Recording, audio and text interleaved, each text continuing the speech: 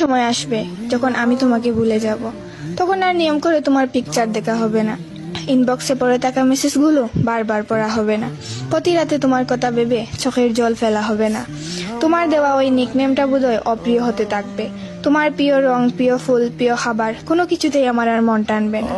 হয়তো তোমার মুখটাও আবজা হতে থাকবে সময়ের সাথে সাথে।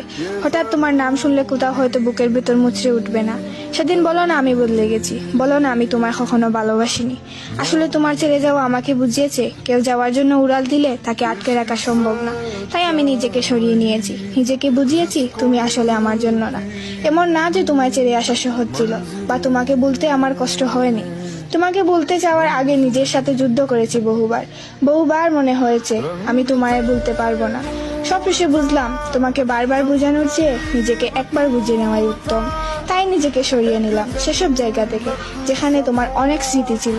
সেদিনের পর থেকে আমাদের সবকিছু তোমার আমার হয়ে গেল, আমাদের আর রইল না।